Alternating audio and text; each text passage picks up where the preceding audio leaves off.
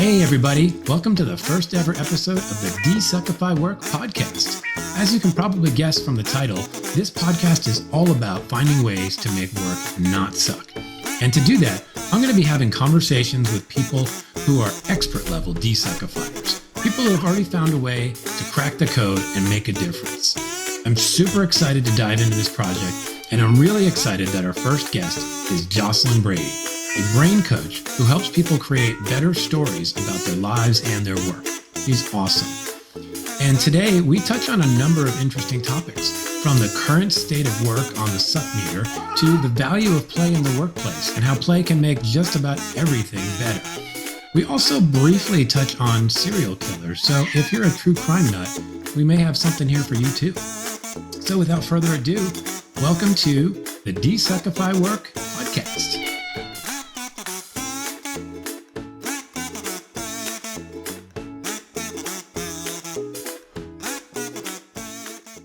Alrighty, here we are. Welcome, Jocelyn, to the DesuckifyWork Podcast. I'm excited to have you here. I'm excited to desuckify with you. Yeah, first episode ever. So we'll see how it goes. Yeah, fun. Suki has joined us. You might hear some meow in the background. Oh, that's good. That will add to the ambience. I'm excited about that. I'm sure one of my cats may jump in as well. Let's just start by asking, who's Jocelyn? What's your story? The no big deal question. So I know this sounds, well, I'm just going to do it. I was born in Canada. I will start back then. I was born near an Arctic tundra, raised on an active volcano. Okay. I'm very finicky with temperature. So, and I grew up in a really incredibly storytelling rich culture with my dad, who was a brilliant storyteller across all these mediums. He was a guitar player. He grew up playing with the Beach Boys and the Righteous Brothers, Oh My Love. So I've been obsessed with language and words and stories for as long as I can remember. And then I really got into how that works in the brain, how the brain works when my dad had a stroke. And I was in my early 20s. He was 59, which is pretty young for that. And when he had, lost his ability to speak, I wanted to learn everything that was going on. Like, what happened? What broke? Can it repair? And then sure enough, it can. And so I learned about neuroplasticity in adulthood, and how, he did regain his ability to speak and tell dad jokes, and then still not get to the ends of the juicy parts of the stories with his line, "I'll tell you when you're older." I'm 41 now, so I don't know how much older I need to get. And then I started a writing consultancy in 2008, and that grew. I started consulting brands on their brand voice and messaging, and then that turned into training teams on storytelling and brand voice, copywriting, which I loved, and then I got incredibly bored with because I was getting more and more intrigued by brain stuff over the years. And I was like, what is happening in people's brains when they learn to tell stories, or when they actually get along at work, or they're like, hey, wow, everyone is creative, even me. And I leaned more heavily in that direction, especially with the help of COVID, when all of my brand contracts vanished. And I was like, well, I guess I'm stepping into this completely. So that's what I focus on more these days. Still workshops, but mostly focus. I still do storytelling workshops. That'll always be a love of mine, but also just like how to get people to feel more creative and collaborative at work and beyond. Yeah. Well, that's a pretty big task. I think, it brings me to the question, part of the reason this podcast exists and why I've been focused on desuckifying work is that there seems to be some energy around work that's just not quite right. I think it's like we look at the way work is and we think, yeah, some people are being productive, some people are getting stuff done, but people are, miserable at times at work, or they just feel like they can't have any influence, or they feel like their sort of true self isn't able to show up at work, so they have to adopt some other personality. What's your take on the current state of work right now? Yeah, it's not good. By and large, I think we are incredibly adaptable species, and otherwise we wouldn't be here. But I think we see it everywhere, right? And COVID really jostled something loose, and like from a kind of a stupor, right? That like people, even if they kind of knew this doesn't feel right, it was like, whoa, everything had to stop. And therefore we had to actually listen and look around and say, like we saw how many people changed careers or decided, wait a minute, I actually like spending time with my family and going out in nature and taking breaks and doing things that are biologically aligned to how humanity freaking works. Weird. What a crazy idea. And yet there's this stalwart culture on the top. Like the leaders don't necessarily love that, because to them it looks like productivity is on the decline. They can't micromanage as much. It can make people nervous if they don't see people actively working the way that they have been, that the story in their brain has told them. If you're not, sweating 8 hours a day, you're not actually working, kind of mentality. And stress and burnout, all-time highs. All of these, signs of what was it, like quiet quitting to like, yeah, it's like kind of evolving. And then and then these like corporate-owned news media are like, well, actually, this is like the thing I sent you this morning. It's like, actually, spending time in nature or with your family or like enjoying your life isn't good for your long-term career prospects. It's like, what are you trying? Well, there's as if that's not within somebody's control, right? As if your long-term career prospects are off in some machine being handled by some anti-nature bot, as opposed to leaders who actually have control over saying, you know what? I want you to go out in nature because that will make you a better human. And I want better humans showing up to work, because that's where all the interesting creative ideas will come that will solve the big ass problems we have in front of us as a society, right? Yeah. And I think it takes, like, kind of feels unfortunate to say this, but I do think it takes courage for most of today's leadership to be able to stand up and say that, like, to actually genuinely mean we value humanity and what humans need to feel connected and to feel fulfilled, because there's no bottom line equivalent of that. And everything, in a highly corporate culture with fiduciary responsibilities and corporate returns and ROI, it's a difficult thing to, they feel better. They actually have meaning in their lives. They're doing things that they won't, when all of us die, it's like the number one regrets, right? Are I wish I had been true to myself and not lived to somebody's expectations. I wish I had spent time with my friends. I wish I had laughed and been silly and played. I wish I had gotten off the treadmill of work. So it just sounds kind of unfortunate to say that, it does take some courage for a leader to stand up and say, I'm going to value the things that are really hard, if not impossible to measure. Because who's going to invest in that company, right? If they're like, but what about my retirement? Yeah, I mean, it's a tough question, and I don't think it's an easy answer, but I think it's easy for people to fall back on what they've known, which is ROI, measure what we've always measured, do things like we've always done, because at least I know that, and at least I know that whoever I might report into, whether it's my boss or shareholders, they have a set of expectations. So yeah, it does take some courage to kind of go, we want to try something new that, I believe it will be successful, meaning because when people are happy and people are excited and they're playing and they're having fun, they're probably going to do some cool stuff, right? Like that's going to happen, but it's going to take a little while to figure out where that leads, right? And so, there's a certain amount of courage in that. I mean, it brings me to a little bit of like, the way you're focusing on some of this stuff in the work that you do. I mean, you talked about neuroscience, I know you use the term brain stories, which I like that term because I think, we're familiar with the idea of storytelling, but we don't always connect it to sort of that neuroscience side of brain stories. So what are brain stories? Yeah, I think it's everything that exists it's all the stories within the narratives, the connections that you've made based on like millions of bits of input from your entire life that shape your beliefs and therefore your perceptions and therefore your behaviors. So, and a lot of us have very similar, I call brain stories, like the things that aren't helpful in making change.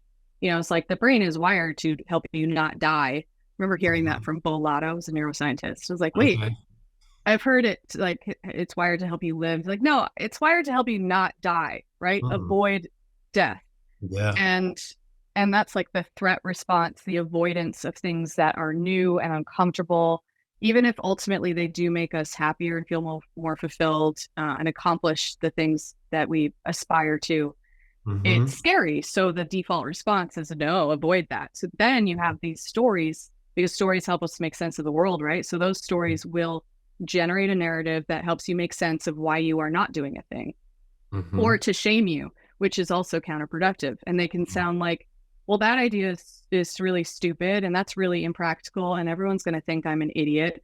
And so therefore I should just keep chugging along, or I'll wait another 5 or 10 years and do this thing that I cannot stand because I need to save X dollars in my retirement, or whatever the excuse is that story is, Yeah, I do. I've had those stories. I still have them. I think, it's why it takes time to make certain decisions like career changes and all that stuff. It's like, it is comfortable to stay with what we know, even if that is an uncomfortable place, comfortably miserable.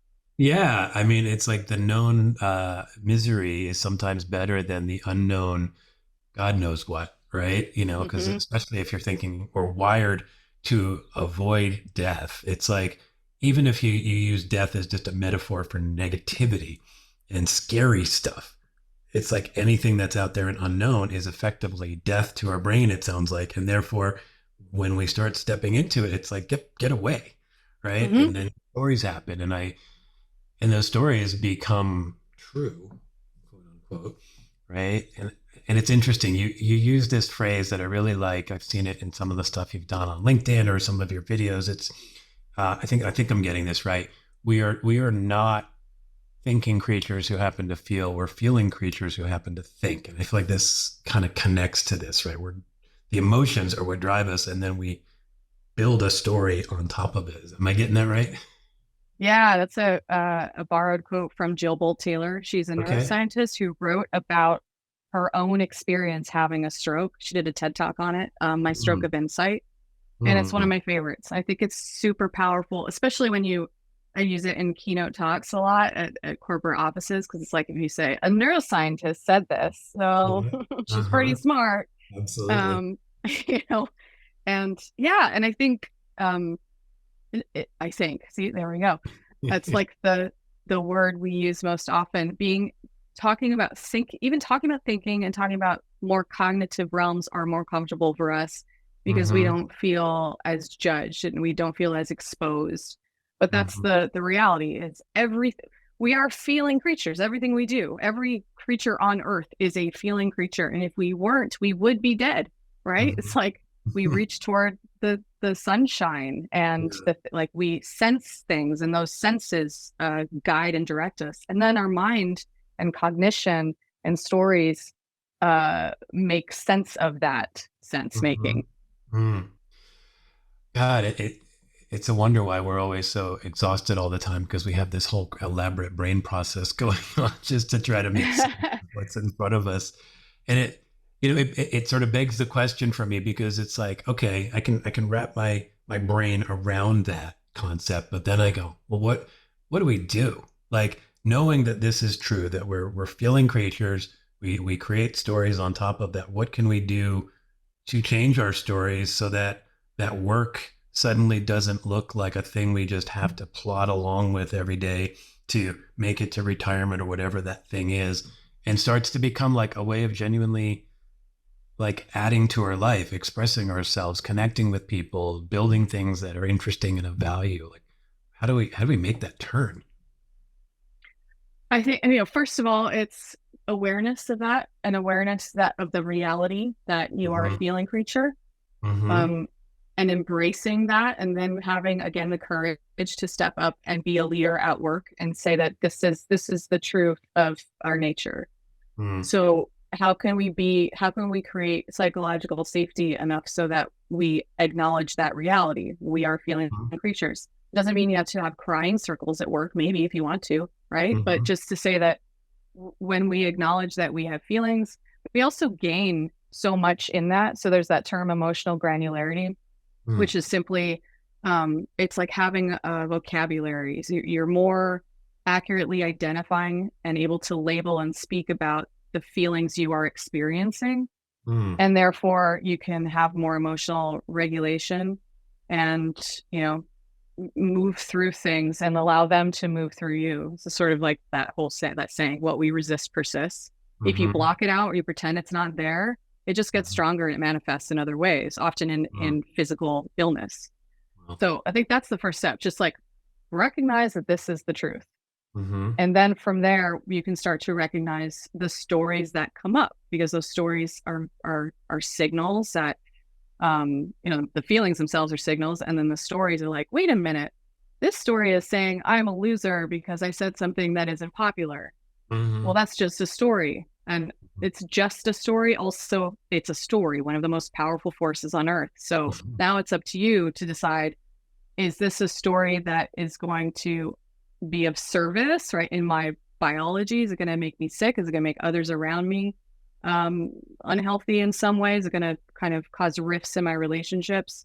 And then how do I reframe and rephrase and explore new alternatives? And that's where you have to be willing to step into the discomfort and say, this is going to feel uncomfortable, and my brain is going to set off alerts. So just acknowledging that and say, okay, I'm just going to take one step forward and say, in that example, I'm a loser because I said something different. It's like, I am going to try even the grammatical opposite. I'm a winner because I said something different, or I'm not a loser because, it's just like playing with new alternatives and then acting in alignment with those new alternatives and testing them out to prove to your brain that this new reality you're creating is true and more aligned to what you want. You use that word play, and I know that that's a part of your work is helping people to connect to play in the workplace. And I think there's a couple of interesting things about that. One, there's a lot of interesting data to use this sort of stuff that I think resonates in the world of business that supports that play is actually quite beneficial at work. But I also started to think, as you talked about playing with the language, and that can play be the source or one of the main catalysts for starting to make these changes in our brains so that we do start to live the way we want to live and have work be truly connected and meaningful to us? Oh yeah, 100,000 million%. You can quote, that's ROI you can quote. Yeah, I think that it's, in my personal experience, when I was talking about, I was first doing brand consulting. And when I started, there was no video conferencing calls. Even when they started with like WebEx, nobody got on camera. It was unheard of until COVID. Now, and there's all sorts of pros and cons to that now. But I was asked to show up in person and lead these workshops. And I, on the one hand, was excited because I'm stepping up and growing, and I get to share this love I have of story and language with people, and to help them see that spark in themselves. Like that sounded so delightful. On the other hand, public speaking was my enemy number one for me. I hated it so much. The first F I got in school was in the 5th grade when I refused to share. We were learning about autobiographies, and I was so into, it's like, yes, we got to write stories. I'm going to write the best story I've ever written. And I just poured my heart into it. part 2 of the assignment. Now read it in front of the class. So, no. And I sat there frozen, just deliberating. At that point, I kind of identified my worth on how other people judged me. So I was really conscientious of being a straight A student because that meant I was good. Mm-hmm. And so I was grappling with that and my love of writing and storytelling. And then this other, the demon that was like, you can't speak in front of people. Like, you don't know how to do that. Everyone's going to see you shake and turn red, and be an idiot, and they're going to hate you, and all those brain stories. Mm-hmm. So that I pushed away and got stronger and louder. And, because I was no longer able to join conference calls and put myself on mute to collect my breathing, because I was even afraid to speak up on a call, showing up in person, I got so sick over and over. I was just nervous wreck. My hair was falling out. I got this like flare-ups of eczema really bad. Migraines were going insane. And the kicker is the really severe case of hemorrhoids. Literal brain stories, literal pain in the ass. Yeah, God. And that's when I was like, okay, this aspiration I have is important to me. I do want to be better at this. But how do I move through this? And also I self-employed and I need to make a living, so I have to say yes. So, I thought, how do I face this thing, right? The scariest thing I can imagine is speaking in front of people, not knowing what to say, or saying my own stories, using my own voice. And so I signed up for a night of improv comedy and immediately regretted that. Tried to think of excuses to get out of it. Eventually went and I did it, and I got through the night. And not only did I get through the night, time just flew by.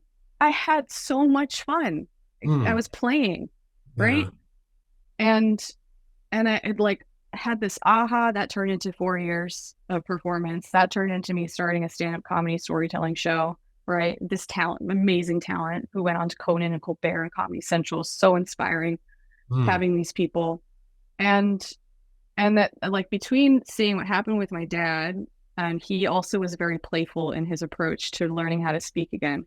And then my personal experience was like, surely there's this, I'm onto something. This play is the unlock.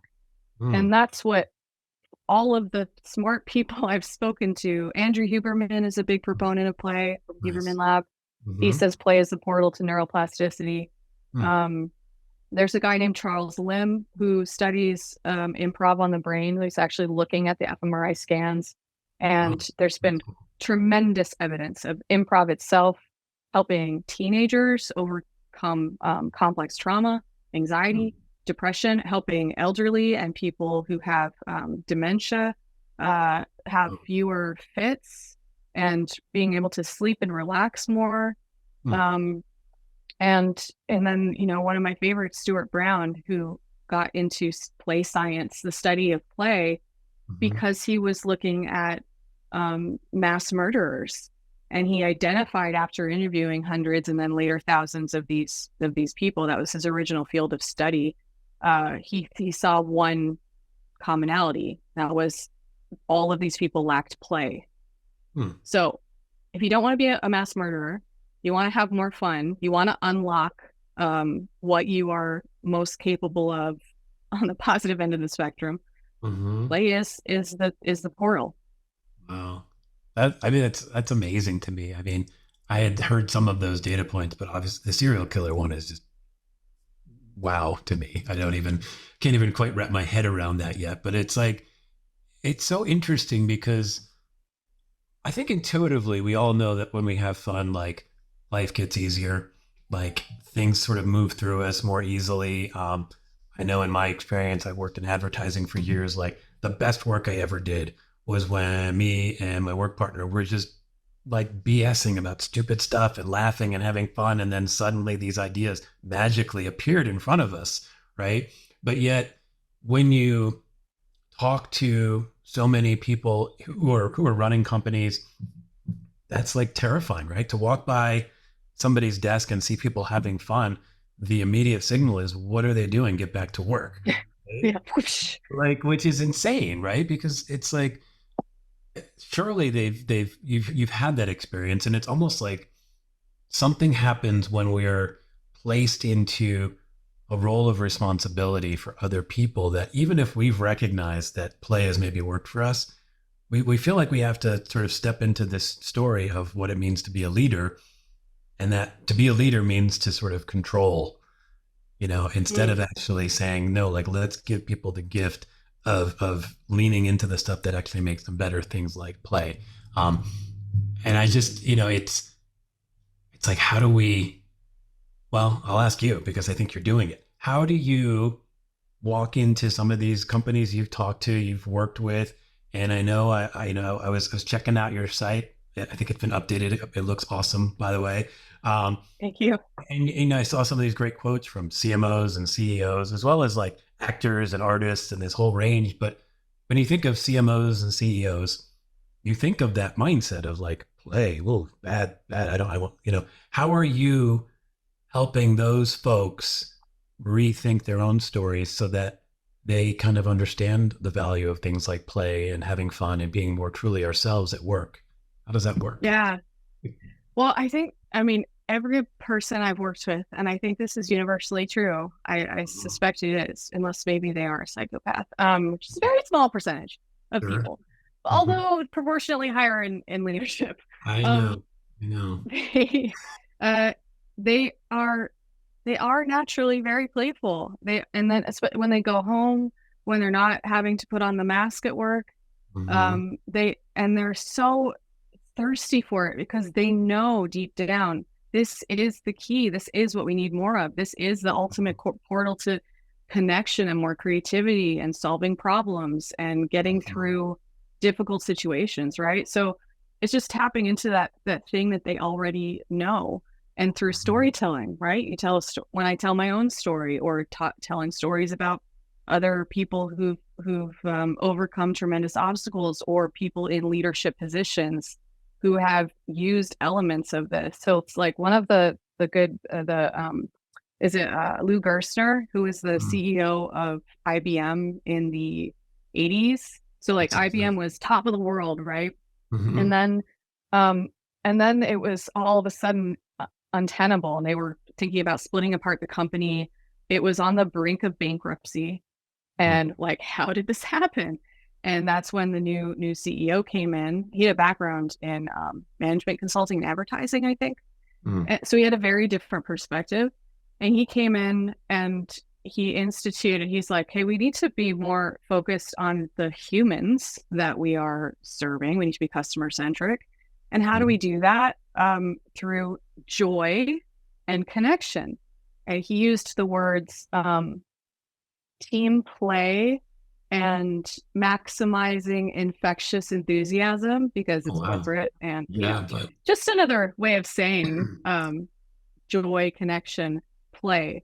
And that doesn't, it's like, I think what leaders can be afraid of is, it's like, well, what about work and ROI and productivity? Well, it's like, they are not mutually exclusive. Right.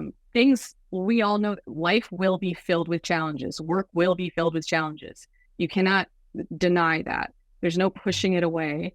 It's just going to happen. So if you can bring in this joy and connection to the work that you're doing, and this playfulness in getting through it, everybody's going to be better off. So that's part of it. It's just demonstrating it through stories, and then having people do things that are playful, like easing into it sometimes, do improv games. I'm tricking people into improv games, and then they're like, oh my God, I'm having so much fun. You just did improv. Yeah. That's funny. Yeah. I mean, it is so interesting how trained we are in corporate settings in particular, but probably any work setting to a degree, to not think we can take that mask off, to think that there is some mask. And I don't know where we get that from, but I'm sure it's way back in the evolutionary story that it, again, coming back to that fear of dying and that avoidance of death comes full circle again. But I think, it made me laugh a little. What was that phrase you used? Maximizing infectious Enthusiasm. Enthusiasm. I just could picture like being on a conference call and going like, how is our MIE doing this week? Like totally acronyming it and like making it a buzz term, like corporate like loves to do. It would be kind of funny if there was a measurement for that you could create, and give the comfort of the measurement, even if it's a totally made up thing. Yeah. And there's all kinds of stories like that where there was a medical institution, was it a hospital, something in the medical field, and this was, I believe, around during COVID times or right before it, and they did things like they were noticing they had to make tremendous cuts. So what's the corporate word for that? Redundancies. Structuring. Yeah. Efficiency management or whatever, marketplace efficiency. And they're like, okay, well, we're also going to focus on well-being at work and happiness and connection. And one of them had, it was like choose your own adventure of bringing in optimism. And they had one group decided to bring in monarch butterfly or caterpillars, and then release them when they turn into monarch butterflies. And that's just like this one tiny element that I think of as play, right? You're just like paying attention to this creature. And then when it releases, you have this, you're filled with awe and just this, appreciation of the natural world. And then it's also a good catalyst for conversation around what does growth and transformation mean? And that's like those little things you can bring into it doesn't mean you have to, get rid of all of the measurements or all of the, difficult, the hard things, or it's not all going to be fun and play all the time, but that's why it is so important to bring it in. Yeah, no, I mean, that totally makes sense to me. It's like, just from my own experience, it's like, I know there's times when I put my head down and I just did work, but a lot of times that work, it's informed by the fact that you were able to have some fun and get to some interesting ideas and thoughts, that it's like, okay, now I'm going to sort of put the serious hat on and like type some things and write some things and submit some stuff and do the businessy stuff. And I think there is that balance of like encouraging play and, you use the word awe, which I love, and things like wonder and curiosity. Those words are those are the mind spaces I feel like we want people to be in more, so that whatever the thing is we're making or producing or putting out into the market is probably going to be better. And so, I don't know if there's an easy way to sort of translate X amount of time of play equals ROI, but it's easy to imagine that more people playing, having fun, being curious, experiencing awe, and then bearing the fruits of whatever that is going to have positive results. Like it's almost hard to imagine that it wouldn't, Yeah, absolutely. So I think that that's really like exciting. And I love the fact that you're focusing on that. And it makes me wonder, we talked up front about the state of work, and it was like, I think you said it's not good or not great. And I think I said something similar, like, people are struggling. But are you optimistic about the state of work and where it can go? Yeah, I think, first of all, conversations like this are happening, and I see them happening more and more. We have this younger generation who predominantly is sick of the bullshit and is not so easily swayed. I think we grew up, we're not that far apart in age, I don't think, but we grew up in an era where, it's like, especially in the 90s, right? It's like a decade of kind of excess, and we still had relatively few channels. So everyone's tuning in to mostly the same story in this culture anyway. Yeah. And what do we see? We see like, well, you need to have nice things. Everybody that's keeping up with the Joneses is sort of this like strange evolution from the 50s till then that became achievement oriented. To what end? To look good, to appear successful, and all that. And so we were more of marketers' dreams, and we bought into it. And I think this younger generation, it's like, y'all are crazy. This isn't working. They're talking about mental health. They're talking about enjoying their lives more, connecting with other people. they're not putting up with it. They're not scared the same way that I think we were of getting fired. And it's like, whatever, I'm going to make my own adventure then. And so I see a lot of hope and optimism with if those people are our emerging leaders, and I'd like to see them continue to pave the way for the rest of us, you know, and for the rest of us to catch up with what they intuitively know to be true. Yeah. So they didn't have to buy into that mirage. I like that. I mean, I think it does connect a little bit, like you said, to the limited stories we were exposed to. And I love the fact that you think I'm pretty close in age to you, because I'm 12 years older. I think you said you were 40. Yeah, but that's close enough. Yeah. Thank you. But yeah, we had a fairly myopic story. It was, this is how you do it. Yeah, you got to kind of chase these things. This is what success looks like. And because we're now exposed to so many different stories through so many different channels, I do think kids are kind of like, I like that story, you know, like I like this one. Or yeah, like you said, it's the cost of entry to creating your own thing has never been lower because of all the tools in front of us. A lot of young people are going, I'm going to make my own thing. I'm going to just do this. And I think the power of that to both influence the future, but also, like you said, affect those of us who are looking and going, yeah, you know, like I can do that too. And I don't have to lead the same way I thought I had to lead, because they're onto something. Like that's a lot of value. I mean, I think that's one of the myths sometimes, is that language, that learning can only sort of flow from those of us who've been through stuff to those of us who are younger. And it's like, it's best when it's flowing in both directions. Right. And there's so much there.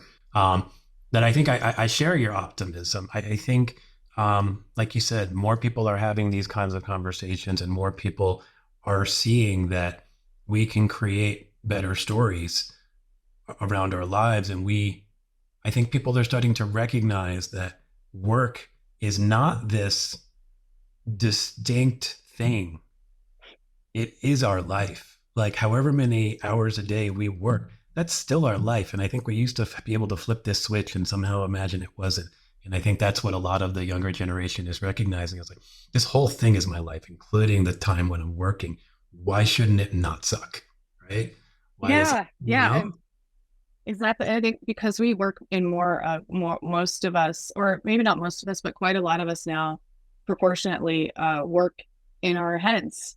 Right. A lot of the work is thinking work, cognitive work, and it's not, if you're going to a thing, you're making a widget, or you're going out and you're like doing something more physical, like pruning trees, the conversation doesn't need to be around, well, it is very distinct, because I'm no longer like doing this one thing. Or sometimes it's, and I don't mean this in a derogatory way, but it can be a more mindless thing where I'm just kind of routinely doing this, you know, repetitive task, and then I'm out, and then it's very clearly not that. And I'm not taking all of these thoughts with me, because I don't really, you know, have to expend all that psychic energy. And there's this thing I was just talking to a friend about today. Have you heard of ultradian rhythms? No. What's that? So it's like, you know, we have circadian rhythm, right? Like our daily sort of rhythm. Ultradian rhythms are like the little things in between. And it's these cycles that we have throughout the day that are critical to our brain. Everything has it. It's like everything has a rhythm and oscillation. That's what life is.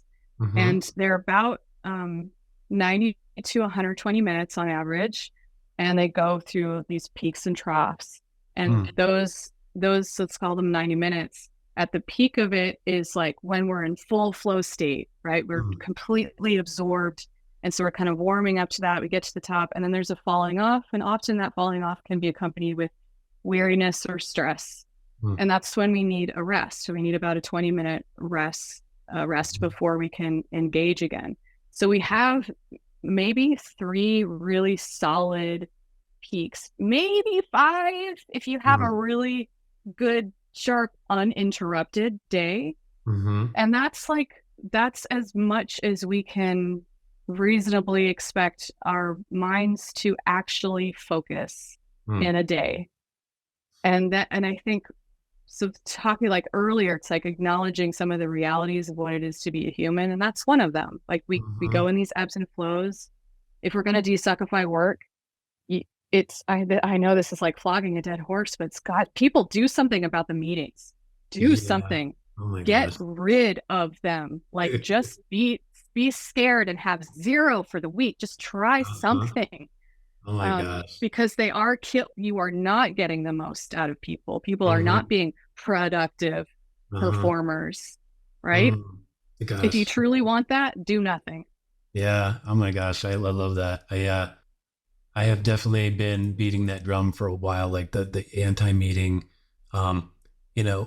It's more like meetings should happen when people want them to, when people are drawn to the idea of like, I want to talk to somebody else and maybe include somebody else, but we've sort of set an expectation of like, that's how work gets done. And it's just, when you plot that against what you just described, we're basically chopping all of those peaks off and saying, you're going to spend it doing the exact opposite of what you should be doing, just kind of in this mindless meeting, instead of experiencing that lift of being in a flow state where you could be creating, and then you're also chopping off all those moments when we need rest, and you're just forcing people into this middle state of just constantly being in this like nowhere land of not really being productive, not being creative, and not getting the rest we need. Which I'm drawn to the idea, and I'm picturing this in my head of like some company taking those rhythms and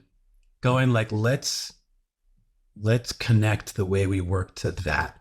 And let's think about whether each person has some ability to design around that, or however, something that acknowledges and honors the realities of us as humans would be wonderful. I mean, and I think a lot of this then connects to stories that we don't need to get into, but people are talking about things like remote work, hybrid work, and all this. And it's like, I think it's maybe less important the what of whether you choose remote or in person, and more of like, how do you give people the opportunity to exist as they should be existing, and feel the way they should be feeling, and play the way they should be playing wherever they are? And I just think almost nobody's doing that. Yeah, I would love to. I haven't seen a company. I mean, I know Microsoft actually did a study on meetings not too long ago during the pandemic, I think. And some of them were talking about, the reality of Zoom fatigue, because our brains that have a really hard time. This is not like we're trying to connect with someone. It's like, but where do you have feet? What are your hands doing? Like, and so it's making all these brains doing all these kind of calculations below our awareness. That's exhausting. So if you have, let's say you had 3 Zoom calls in a day and you're just like mentally fatigued, and then people are like, okay, now actually do the work. Yeah. I would love to see that. Would be super cool. It would be like, we're trying ultradian rhythm quarter, where we're just designing everything around that. This is an experiment. We need more experiments in business. I would love that. I think, again, that creating the culture where people can live in that versus the culture that is afraid of that, right? And that whole idea that I think we are afraid of change. We're protecting ourselves from that death, right? And I think it comes back to that. It's like, you need to figure out how to tell a story that allows you to recognize the possibility and joy of stepping into this world of experimentation and curiosity and all that stuff, because that's where these leaps of progress happen that move us forward as individuals, as organizations, as a society, right? I mean, I think. Yeah, absolutely. Yeah. We should have a journal or a day, a little thing, a Substack post or whatever about companies that are leading in this space. If they're like, it'd be fun to dig that up and just like models of aligning to human needs in really business. Fun. Yeah, God, that would be so fun. I think I think people are curious about it, but people are still afraid to step into it. And it's like, again, if there's people, including us, who can just help people nudge themselves into that space, I think there'll be really cool stuff that will happen. I think, one of the questions I've thought of that's a good way to start to wrap ourselves up is like, what would a fully desuckified work world look like if you could wave a magic wand? Like, what would it look like? I think we've been starting to talk about it, but is there anything more that you can picture that would really make work just like as pure of a good as it could be? Yeah, having if open conversations around emotions, play, things like alternating rhythms, integrating more experimentation and the value of scientific research into business. More laughter. I mean, who was Mm. it? The CEO of Spanx had Mm. her team sign up for stand-up comedy. Oh, nice. Um, right? It's like such a good Mm-hmm. challenge, and Mm-hmm. that like having that tension between tension and release, right? It's like we Mm-hmm. need both. Yeah. Um, yeah, and I think having the conversations around what's going well, how are we honoring wellness, how are we actually of service, and fewer. How do we transition from the focus on the sort of myopic focus on shareholder returns type of thing to Mm-hmm. an actual genuine focus on human well-being? Mm. That's easy. We'll have that figured out by next week, right? Yeah. I love that. I mean, I think that's a great vision, and I think it's one that's actually like it's fairly simple, right? I mean, like it's all right there. The hard part is okay, how do we get people to start to open their hearts and minds to the experimentation and the slightly uncertain state that you need to be in and be comfortable with to allow those experiments to happen. Um, I think that's the work, right? Is getting people comfortable stepping out just a bit in front of themselves, right? Yeah. And I think, it's like we best can model what we see when we're open to it. It's just like thinking Mm-hmm. about the generation of people who weren't represented, but still true, right? Like underrepresented people in media, in movies. And we see this big change, which is Mm-hmm. super exciting and wonderful. And then you see younger people saying like, oh, I can be a superhero in a movie, Mm-hmm. or I can be a doctor or go to the Mm-hmm. moon, astronaut. And so I think Mm-hmm. the more we can model and share those stories, the more people will be willing. That's the power of storytelling, right? The more Yeah. people are willing to go like, oh, that's possible for me. And look, somebody did it, so it's not just my fault. Like it's Yeah. been done. I like that. I think that's a great thought of modeling what we want to see and sharing through story and helping people to connect to that and allowing people to see that it's not only possible, but that it's being done. And you Mhm. don't have to be this lone pioneer. There's a lot of us out here trying to make this stuff happen. Um, you talked a lot about the value of play, and one of the things that I've been playing with since I got my tech set up here is sound effects, which, I've always loved sound effects. I've worked in advertising and radio and TV commercials, and you play with sound effects and it allows these stories to come to life. My tech setup isn't great enough. I haven't been able to play them through Zoom yet. So I'm working on that. But one of the things I'm doing with my setup is I'm creating my own sound effects, like me making Nice. sounds, which is largely rooted in the 10-year-old inside of me that wants to laugh at fart noises and like cartoon sound effects. Like, there's a sound effect that goofy, like running sound effect before Fred Flintstone takes off or whatever, like all those goofy, yeah. And then you run off like, so one thing I'd love to just ask you, and I'm going to try to ask this of every guest that comes on this show, is I want to build a desuckified sound effect list that I can then hopefully start to incorporate and just add a little bit of levity and play into the world. Are there any sound effects that you can make that we can share with the people who are going to be listening to this? And then perhaps even I can even turn it into a sound effect that can be, I hit a button and Jocelyn's goofy sound effect plays during the next episode. You have anything that could work for that? I love that so much. So first of all, I will say I sing like constantly through the day when I'm Nice. just like I'm feeding the kitty, whatever. Just this like. I love that. But one sound I learned in I don't know grade school or high school, and I think it's so delightful. It's just I'm just saying a word. Let's see if you can guess. I think I might have spoiled it earlier in a message That's to you, but I'm okay. just saying a word. through, I don't know if anyone is watching this, if you're listening, but it's through a fist. My pinky's still a little weird, so let's see if I can do it right. But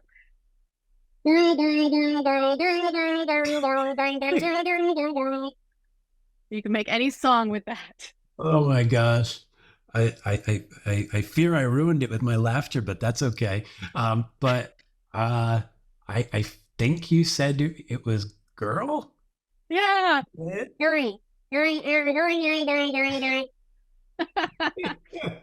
I don't even understand the physics of how that turns into this delightful mix of the word girl, some kind of muffler, and then like a kazoo. But that's what it sounds like to me. And that's exactly what I was hoping for. I want all of us to feel comfortable like doing this like sounds when we're working, when we're being like doing important things, just like making these goofy sounds, singing, playing. I'm constantly whistling, which is probably annoying to half the world, but I'm a whistler, and that's like part of my thing that keeps my spirits going. And I love the idea of encouraging people to just embrace the goofy stuff we like to do to make ourselves feel more comfortable and have a little laughter. I just think that's the key. Yeah, absolutely. It's critical. It's like the Stuart Brown. If we are to get along, if we have any hope of getting along as a species, it is absolutely critical we learn to play nearly every single day from birth to death. I think he's right. And I think that just needs to be something that's like plastered on all of our walls, because it's so important and yet so easily forgotten as we deal with all of the hard stuff, which, like you said, hard stuff happens. It's always going to happen. But the instinct to bring play into our lives that can sometimes be squashed, the more we can unleash that, the more the harder stuff. It's not that it's not hard, but I think we move through it better, we recover better, and then we're able to get back to the things, the creating and the bringing joy into the world, which is hopefully what this is all about. Yeah. Mic drop.